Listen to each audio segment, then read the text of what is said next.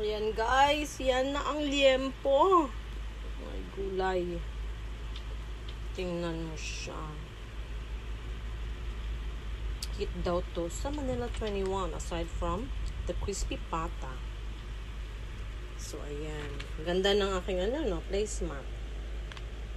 Ayan. Sub natin sa suka at patis. Toyo pala nandito yan. Patis kasi sa amin eh.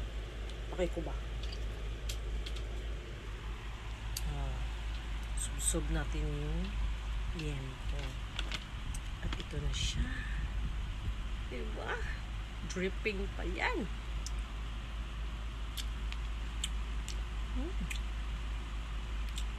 Wala na akong pake. Ang sarap. Pero kung pipiliin ako between liempo and crispy pata, winner pa rin si crispy pata. So, babalik ako dyan sa Manila 21. Bibitbit ako ng friends. Magbabar kami. At bibili ako ng Laureate nila with crispy pata.